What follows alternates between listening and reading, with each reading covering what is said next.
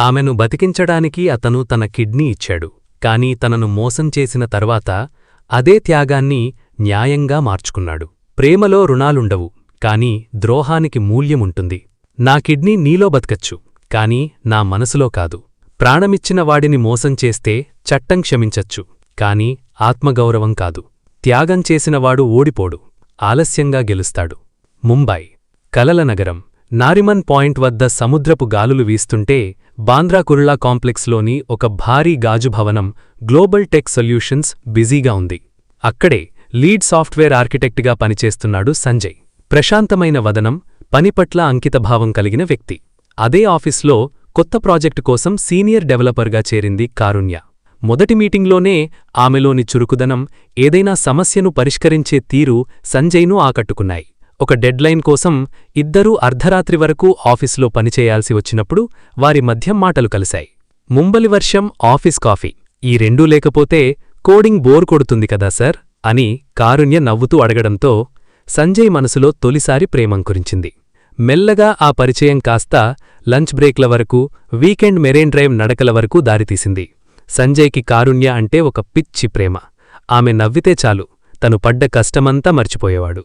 ఏడాది తిరగకముందే వారి ప్రేమ విషయం ఇంట్లో తెలిసింది. ఇద్దరివి గౌరవప్రదమైన కుటుంబాలు. పైగా ఇద్దరూ ఒకే హోదాలో ఉన్న సాఫ్ట్వేర్ ఇంజనీర్లు. కాబట్టి పెద్దలు వెంటనే పచ్చజెండా ఊపారు. ముంబైలోని ఒక గ్రాండ్ కన్వెన్షన్ హాల్లో అంగరంగ వైభవంగా వివాహం జరిగింది. సాఫ్ట్వేర్ రంగంలోని ప్రముఖులంతా ఆ వేడుకకు హాజరయ్యారు. ఆ పెళ్లిలో సంజయ్ కారుణ్య కళ్లలోకి చూస్తూ అన్న మాటొక్కటే, కారుణ్య, నీ కళ్లలో ఎప్పుడూ నీళ్లు రాకూడదు. ఒకవేళ వస్తే అవి ఆనందంతో వచ్చినవి మాత్రమే అవ్వాలి. నీ ప్రాణానికి నా ప్రాణమడ్డు. వివాహం తర్వాత వారి జీవితం ఒక మధుర స్వప్నంలా సాగింది. జూహూలో ఒక విలాసవంతమైన ఫ్లాట్ కొనుక్కున్నారు. సక్సెస్ఫుల్ కపుల్గా సోషల్ మీడియాలో అందరి దృష్టిని ఆకర్షించారు. అందరూ వారిని చూసి ఈర్ష్యపడేంత సంతోషంగా ఉండేవారు. సంజయ్ కారుణ్యల పెళ్లి జరిగి 2 ఏళ్లు గడిచాయి. అప్పటివరకు సాఫీగా సాగుతున్న వారి జీవితంలో ఒక్కసారిగా చీకటి అలుముకుంది. గత కొద్ది రోజులుగా కారుణ్య విపరీతమైన నీరసంతో బాధపడుతోంది. కాళ్లు వాపురావడం, తరచుగా వాంతులవడం మొదలైంది. పని ఒత్తిడి అని అనుకున్న సంజయ్ బలవంతంగా ఆమెను ముంబైలోని ఒక ప్రముఖ మల్టీస్పెషాలిటీ ఆస్పత్రికి తీసుకెళ్లాడు.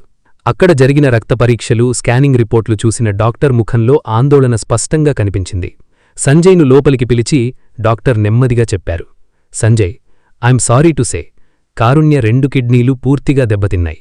Chronic kidney failure. ప్రస్తుతం ఆమె పరిస్థితి చాలా క్లిష్టంగా ఉంది. ఆ మాట వినగానే సంజయ్ కాళ్ల కింద భూమి కదిలినట్లయింది. డాక్టర్, తను సాఫ్ట్వేర్ ఇంజనీర్, చాలా హెల్దీగా ఉంటుంది, ఇదెలా సాధ్యం అని అరిచాడు. కాని విధి చాలా బలీయమైనది. కారుణ్యకు వెంటనే డయాలసిస్ ప్రారంభించాలని, వీలైనంత త్వరగా కిడ్నీ ట్రాన్స్ప్లాంట్ అంటే మార్పిడి చేయకపోతే ఆమె ప్రాణాలకే ప్రమాదమని డాక్టర్లు తేల్చిచెప్పారు. ఆస్పత్రి బెడ్పై నీరసంగా పడుకున్న కారుణ్యను చూస్తుంటే సంజయ్ గుండె తరుక్కుపోయింది. తన భార్య చిరునవ్వు మాయమై ఆ చోట మృత్యువు ఛాయలు కనిపిస్తుంటే అతను తట్టుకోలేకపోయాడు. అప్పుడే సంజయ్ మనసులో ఒక బలమైన నిర్ణయం రూపుదిద్దుకుంది. ఎలాగైనా తన కారుణ్యను బతికించుకోవాలి. దానికి ఏ త్యాగానికైనా తను సిద్ధం. కారుణ్య జీవితం ఒక్కసారిగా ఆస్పత్రి గదులకే పరిమితమైపోయింది. వారానికి 3 సార్లు జరిగే డయాలసిస్ ప్రక్రియ ఆమెను శారీరకంగా, మానసికంగా కుంగదీసింది. ఆ యంత్రాల చప్పుడు, రక్తాన్ని శుద్ధి చేసే క్రమంలో కలిగే నరకయాతన చూసి సంజయ్ కళ్లలో నీళ్లు తిరిగేవి. కారుణ్య ముఖంలో ఒకప్పటి వర్చస్సు పోయి పాలిపోయి కనిపిస్తోంది. ఒకరోజు డయాలసిస్ ముగిశాక సంజయ్ చేతిని పట్టుకుని దీనంగా అంది, సంజయ్, ఈ నరకం నేను భరించలేకపోతున్నాను. నా వల్ల నీ జీవితం కూడా ఆగిపోయింది. నన్ను వదిలే. నేను చచ్చిపోతేనే మనిద్దరికీ ప్రశాంతత. ఆ మాట వినగానే ఆమె నోరు మూశాడు. కారుణ్య, నీ ప్రాణం నాది. నిన్ను పోగొట్టుకోవడానికి నేనీ భూమిమీదికి రాలేదు. కిడ్నీ డోనర్ కోసం మనమెదురుచూడ్డం వద్దు. నా కిడ్నీ నీకు సరిపోతుందో లేదో టెస్ట్ చేయిస్తాను. మనిద్దరి బ్లడ్ గ్రూప్ ఒకటే, ఖచ్చితంగా మ్యాచ్ అవుతుంది అని ధైర్యం చెప్పాడు. తన భార్యను కాపాడుకోవడానికి తన ప్రాణాలనైనా పణంగా పెట్టాలని సంజయ్ గట్టిగా నిర్ణయించుకున్నాడు. మెడికల్ టెస్ట్లన్నీ పూర్తయ్యాయి. సంజయ్ కిడ్నీ కారుణ్యకు సరిపోతుందని డాక్టర్లు నిర్ధారించారు. ఆపరేషన్ ముందు రోజు రాత్రి ఆస్పత్రి గదిలో ఒక భావోద్వేగ సన్నివేశం చోటుచేసుకుంది. ఇద్దరూ పక్కపక్క బెడ్ల మీదున్నారు. సంజయ్ నెమ్మదిగా కారుణ్య నుదుటిపై ముద్దు పెట్టుకుని ఇలా అన్నాడు, రేపటినుంచి నాలో ఒక భాగం నీలో శ్వాసిస్తుంది. నీ గుండె కొట్టుకున్న ప్రతిసారీ అది నాకోసమని గుర్తుంచుకో. మనం మళ్లీ పాత సంజయ్ కారుణ్యల్లాగా ముంబై వీధుల్లో తిరుగుదాం. కారుణ్య కళ్ళు చెమ్మనిల్లాయి. నన్నింతలా ప్రేమించే మనిషి దొరకడం నా అదృష్టం సంజయ్. నీ రుణం ఎలా తీర్చుకోవాలో నాకు తెలియడం లేదు అంది. ఆ మాటలకు సంజయ్ నవ్వుతూ, ప్రేమలో రుణాలుండవు కారుణ్య, కేవలం ప్రాణాలు మాత్రమే ఉంటాయి అని ఆమె చేతిని గట్టిగా నొక్కుతూ ధైర్యం చెప్పాడు. మరునాడు ఉదయం సర్జరీ థియేటర్ లైట్లు వెలిగాయి. గంటల భారుల సాగిన ఆపరేషన్ తర్వాత డాక్టర్ బయటకు వచ్చి, సర్జరీ సక్సెస్, సంజయ్ కిడ్నీని కారుణ్య శరీరం స్వీకరించింది అని చెప్పారు. కొన్ని రోజుల తర్వాత ఇద్దర్నీ ఒకే రూంలోకి మార్చారు. కారుణ్య కళ్ళు తెరిచి చూసేసరికి ఎదురుగా సంజయ్ నవ్వుతూ కనిపించాడు. తనలో ఇప్పుడు సంజయ్ కిడ్నీ పనిచేస్తోందని, తన రక్తంలో అతని ప్రేమ ప్రవహిస్తోందని తెలిసి ఆమె కళ్ళు ఆనందబాష్పాలతో నిండాయి. ఆపరేషన్ తర్వాత వారి మధ్య ప్రేమ అంతులేని స్థాయికి చేరుకుంది. కారుణ్య కోలుకునే వరకు సంజయ్ తన ఆఫీస్ పనులన్నీ పక్కనపెట్టి ఆమెకు సేవ చేశాడు. ఆమెకు టాబ్లెట్లు వేయడం నుండి ఆమెకు నడక నేర్పించడం వరకు ప్రతీదీ తానే చూసుకున్నాడు. నువ్వు నా ప్రాణదాతవు అని కారుణ్య అంటే, నువ్వు నా ప్రపంచానివి అని సంజయ్ అనేవాడు. వసంతకాలం మళ్లీ వచ్చినట్లు వారి జీవితం మళ్లీ చిగురించింది. కాని ఆ సంతోషం వెనుక ఒక పెద్ద తుఫాను, చక్రవర్తి ప్రవేశం పొంచి ఉందని వారప్పుడు ఊహించలేదు. ఆపరేషన్ జరిగి ఏడాది గడిచింది. సంజయ్ త్యాగం ఫలించి కారుణ్య ఇప్పుడు పూర్తి ఆరోగ్యవంతురాలు. ముంబైలోని తన పాత ఎంఎన్సీ ఆఫీస్లో ఆమె మళ్లీ అడుగుపెట్టింది. చనిపోయే స్థితి నుండి తిరిగి వచ్చిన కారుణ్యకు ఇప్పుడు జీవితం మీద కొత్త ఆశలు, అంతకుమించిన ఆశయాలు మొదలయ్యాయి. మరోవైపు సంజయ్ ఒక కిడ్నీ తీసేయడం వల్ల గతంలో ఉన్నంత ఉత్సాహంగా ఉండలేకపోతున్నాడు. త్వరగా అలసిపోతున్నా కారుణ్య కెరీర్ కోసం తను ఇంట్లోనే ఉండి సపోర్ట్ చేసేవాడు. ఆమెకు నచ్చిన వంటలు చేయడం, ఆమె ఆఫీస్ నుండి రాగానే సేద తీర్చడం తన దినచర్యగా మార్చుకున్నాడు. సంజయ్, నువ్వు కూడా కెరీర్ మీద ఫోకస్ చెయ్యి, కేవలం నాకోసమే నీ లైఫ్ ఆగిపోకూడదు అని కారుణ్య అంటుంటే, నా లైఫ్ నీలోనే ఉంది కదా కారుణ్య, నీ సక్సెస్ చూస్తే చాలు అని తృప్తిగా నవ్వేవాడు. కారుణ్య పనిచేస్తున్న కంపెనీలో భారీ మార్పులు జరిగాయి.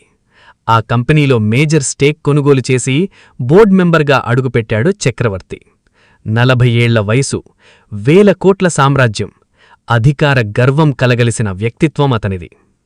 ఒక ప్రాజెక్టు ప్రెజెంటేషన్ సమయంలో కారుణ్య తెలివితేటలను, ఆమె ఆత్మవిశ్వాసాన్ని చూసిన చక్రవర్తి మొదటి చూపులోనే ఆమెపై కన్నువేశాడు. ఆమె అనారోగ్యం నుండి కోలుకొని వచ్చిన ఫైటర్ అని తెలిసి అతనిలో ఆసక్తి మరింత పెరిగింది. మిస్ కారుణ్య, నీలాంటి టాలెంట్ మా బోర్డ్ రూంలో ఉండాలి, కేవలం డెస్క్ దగ్గర కాదు అంటూ ఆమెను ప్రశంసలతో ముంచెత్తేవాడు. ఆమెకు స్పెషల్ క్యాబిన్, ప్రైవేట్ అసిస్టెంట్ ఇచ్చి ఆమె ప్రాధాన్యతను పెంచాడు. మెల్లమెల్లగా కారుణ్యకు చక్రవర్తి సాన్నిహిత్యం అలవాటుగా మారింది.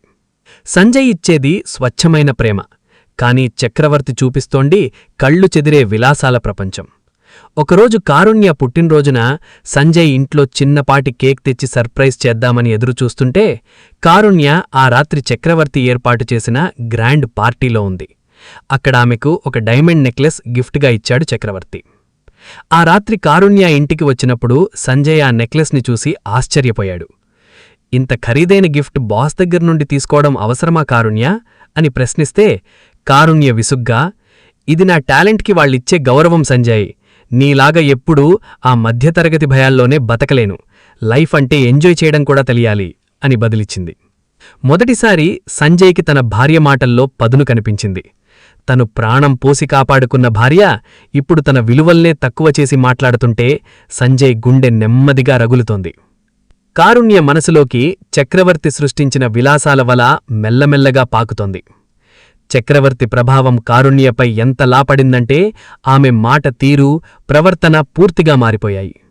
ఒక ఆదివారం మధ్యాహ్నం ఇద్దరూ కలిసి బయటకు వెళ్లాలని సంజయ్ ప్లాన్ చేసుకోగా చక్రవర్తి నుండి కాల్ వచ్చింది.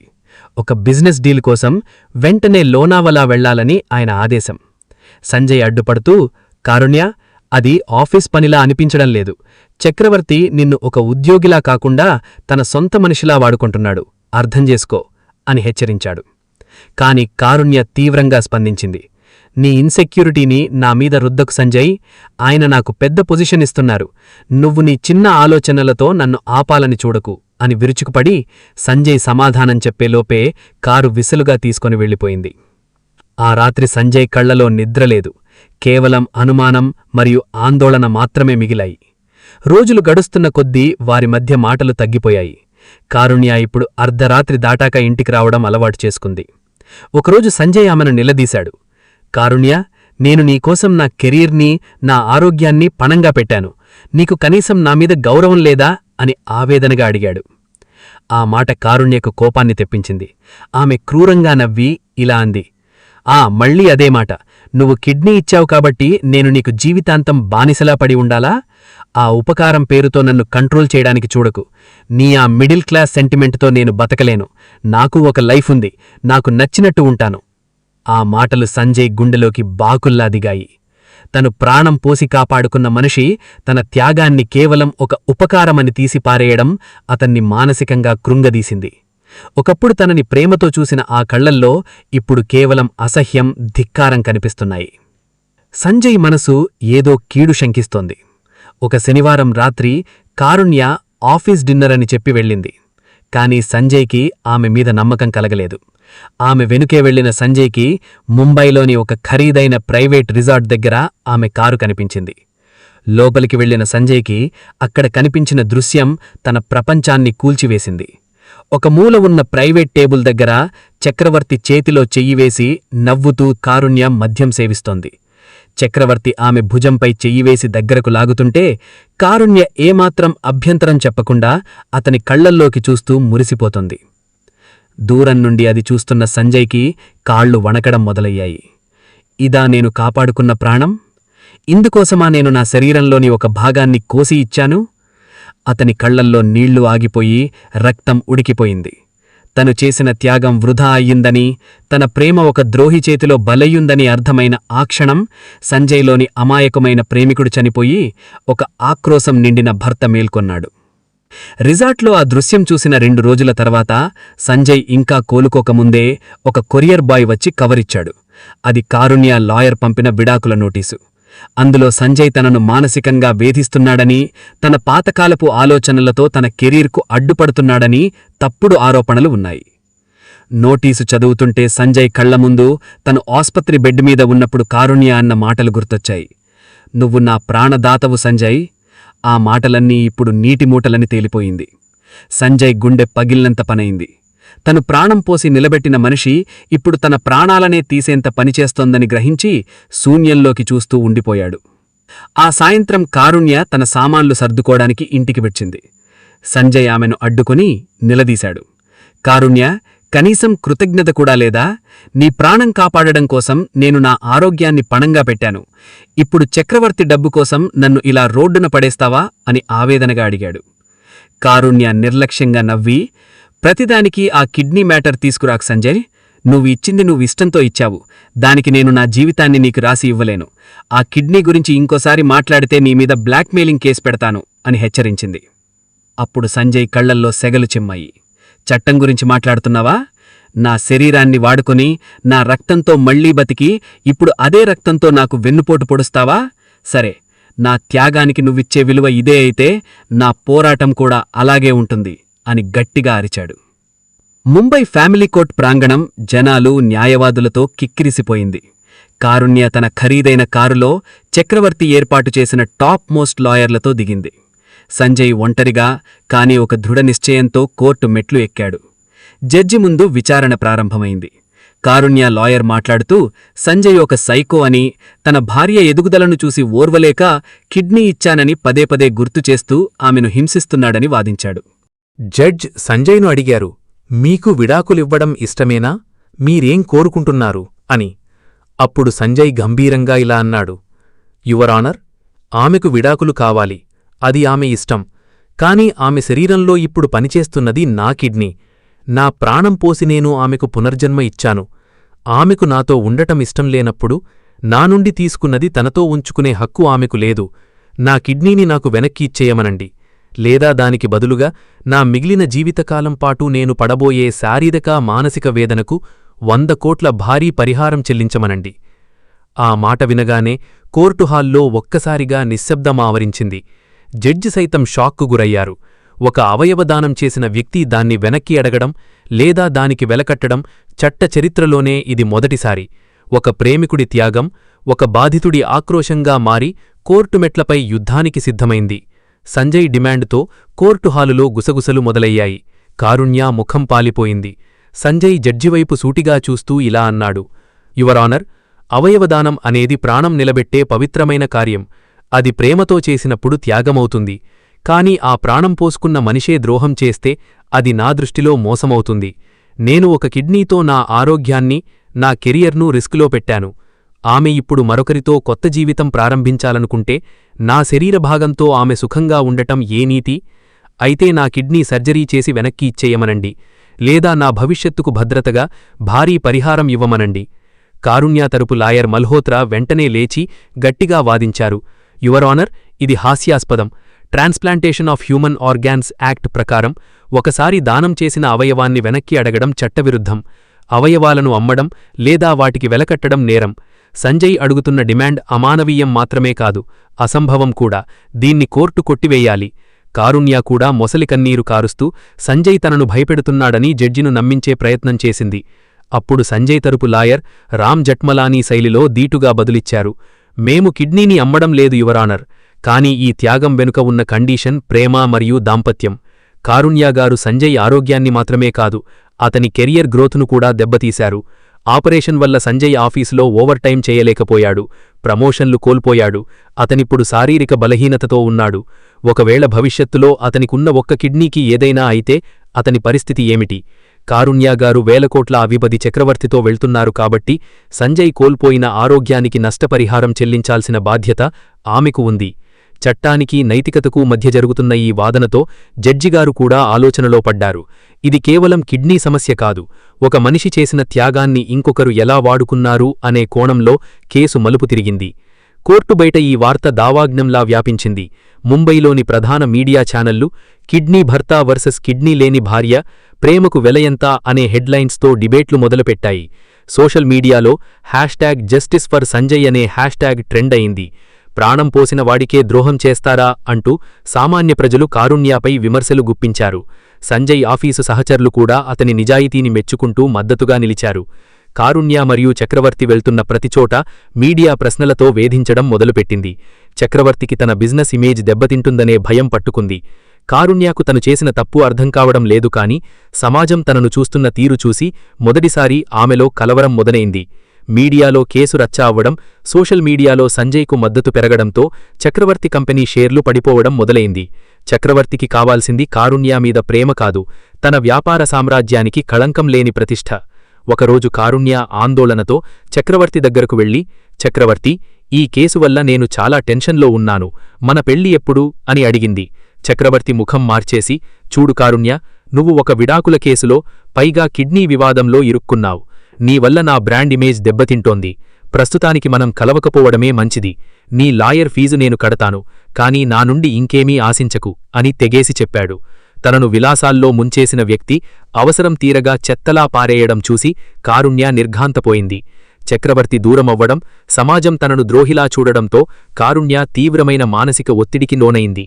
ఆ ఒత్తిడి ప్రభావం ఆమె ఆరోగ్యంపై పడింది. ఒక రాత్రి ఆమెకు విపరీతమైన జ్వరం, ఒళ్ళు నొప్పులు మొదలయ్యాయి. సంజయ్ ఇచ్చిన కిడ్నీపై ఒత్తిడి పెరిగి మళ్లీ ఇన్ఫెక్షన్ లక్షణాలు కనిపించాయి. అర్ధరాత్రి ఒంటరిగా ఆస్పత్రి బెడ్డుపై ఉన్నప్పుడు ఆమెకు పాత రోజులు గుర్తొచ్చాయి. తను మంచాన పడితే కంటికి రెప్పలా కాపాడిన సంజయ్, తన ప్రాణం పోసి ఇచ్చిన సంజయ్. కానీ ఇప్పుడు తన పక్కన ఆ చక్రవర్తి లేడు, కనీసం పలకరించే స్నేహితుడూ లేడు. నేను ఎంత పెద్ద తప్పు చేశాను? సంజయ్ ప్రేమను కాదని అద్దెకి దొరికే విలాసాల కోసం నా సర్వస్వాన్ని కోల్పోయాను అని కన్నీరు మున్నీరైంది. తన శరీరంలో కొట్టుకుంటున్న సంజయ్ కిడ్నీ అతనికి తను చేసిన ద్రోహాన్ని గుర్తుచేస్తూ ఆమెను నిలదీస్తున్నట్లు అనిపించింది. ముంబై హైకోర్టు కిక్కిరిసిపోయింది. ఈ కేసు తీర్పు కోసం దేశమంతా ఎదురుచూస్తోంది. జడ్జిగారు తన తీర్పును చదవడం ప్రారంభించారు.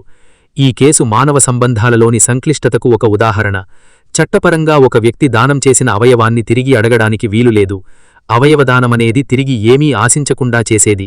కాబట్టి సంజయ్ తన కిడ్నీని వెనక్కు తీసుకోవాలన్న డిమాండును కోర్టు తిరస్కరిస్తోంది.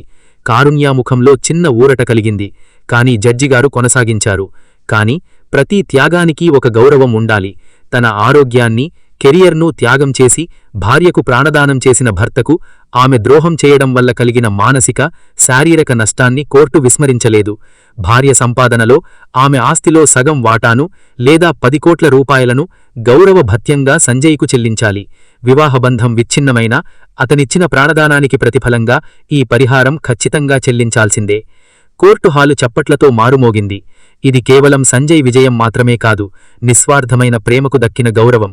కోర్టు తీర్పు వెలువడిన తర్వాత కారుణ్యకు ప్రపంచం ఒక్కసారిగా శూన్యమైంది. అటు చక్రవర్తి వదిలేశాడు, ఇటు సమాజం ద్రోహిగా ముద్రవేసింది. శారీరక బలహీనత, మానసిక వేదనతో ఆమెకు సంజయ్ తప్ప ఎవ్వరూ గుర్తుకు రాలేదు. ఒక వర్షం కురుస్తున్న సాయంత్రం సంజయ్ ఉంటున్న ఇంటికి కారుణ్య వచ్చింది. తలుపు తీసిన సంజయ్ను చూడగానే ఆమె ఒక్కసారిగా కుప్పకూలిపోయింది. అతని కాళ్లను పట్టుకుని ఏడుస్తూ, సంజయ్, నన్ను క్షమించు. డబ్బు, విలాసాల మత్తులో నా ప్రాణం పోసిన దేవుణ్ణి మరిచిపోయాను. ఈ ఆస్తి, ఈ డబ్బు నాకు వద్దు. నా కిడ్నీ నీకు ఇచ్చేయడానికి నా శరీరం నాది కాదు, కాని నా మనసు మాత్రం నీదే. నన్ను మళ్లీ నీదానిగా చేసుకోవా అని వేడుకుంది. సంజయ్ కళ్లలో కోపం లేదు, కేవలం ఒక రకమైన వైరాగ్యముంది. ఆమెను మెల్లగా పైకి లేపి నిలకడగా ఇలా అన్నాడు, కారుణ్య, నా కిడ్నీ నీలోనే ఉండనివ్వు. అది నిన్ను బతికించాలి. అది నా ధర్మం. కాని నా మనసులో మాత్రం నీకు ఇక చోటు లేదు. విరిగిన అద్దాన్ని అతికించవచ్చు, కాని చనిపోయిన నమ్మకాన్ని బతికించలేం. నువ్వు నా కిడ్నీతో ఆరోగ్యంగా ఉండు, కాని నా జ్ఞాపకాలతో మాత్రం కాదు. కోర్టు తీర్పు ప్రకారం కారుణ్య చెల్లించాల్సిన ఆ భారీ పరిహారం సంజయ్ చేతికి అందింది. కాని ఆ డబ్బును తన విలాసాల కోసం వాడుకోవడానికి అతని ఆత్మగౌరవం అంగీకరించలేదు. ముంబైలోని ఒక ప్రముఖ స్వచ్ఛంద సంస్థతో కలిసి Sanjay Sanjeevani organ donation foundation ప్రారంభించాడు. ఆ డబ్బు మొత్తాన్ని పేద రోగుల కిడ్నీ ట్రాన్స్ప్లాంటేషన్ ఖర్చుల కోసం కేటాయించాడు. విరాళంగా వచ్చిన డబ్బుతో డయాలసిస్ సెంటర్లను ఏర్పాటు చేశాడు. తన సాఫ్ట్వేర్ ఉద్యోగాన్ని కొనసాగిస్తూనే తన ఆత్మగౌరవంతో ఎవరిపై ఆధారపడకుండా ఒంటరిగా నడవడం మొదలుపెట్టాడు. సంజయ్ ఇప్పుడు ఒక వ్యక్తి మాత్రమే కాదు, ఒక ఆశయం. అతని కథ విన్న ఎంతోమంది యువకులు త్యాగమంటే ఏమిటో, ఆత్మగౌరవమంటే ఏమిటో తెలుసుకున్నారు. కాలం ఎవ్వరికోసం ఆగదు. ఏడాది గడిచింది. కారుణ్య ఆరోగ్యంగానే ఉన్నా ఆమె ఆత్మ మాత్రం నిరంతరం క్షోభిస్తూనే ఉంది. ఒకరోజు ఆమె తన పాత డైరీలో ఇలా రాసుకుంది, ప్రేమ అంటే ఒకరి శరీరాన్ని పంచుకోవడం కాదు, ఒకరి ఆత్మను గౌరవించడం అని తెలుసుకునేలోపు నా జీవితం చేజారిపోయింది. ఆమె ప్రతిరోజూ సంజయ్ చేసే సేవా కార్యక్రమాలను దూరం నుండి చూస్తూ అతను తన శరీరంలో ఒక భాగంగా ఉన్నాడని గర్విస్తూనే ఉన్నా మనసులో లేనందుకు కుమిలిపోయేది. కానీ సంజయ్, అతనిప్పుడు ఒక స్ఫూర్తి. ముంబై మెరైన్ డ్రైవ్ వద్ద చల్లని సాయంత్రం సముద్రాన్ని చూస్తూ కూర్చున్నప్పుడు అతని ముఖంలో త్యాగం చేసిన వారిలో ఉండే ఒక వింతైన ప్రశాంతత కనిపిస్తుంది. ప్రాణం ఇవ్వడం గొప్ప విషయమే, కానీ ఆ ప్రాణం విలువను గుర్తించని చోట ఆత్మగౌరవంతో విడిపోవడం అంతకంటే గొప్ప విషయం. ప్రేమ అనే పదానికి త్యాగం అని అర్థం చెప్పిన సంజయ్ దానికి న్యాయం అనే కొత్త అర్థాన్ని జోడిస్తూ తన ప్రయాణాన్ని కొనసాగిస్తున్నాడు.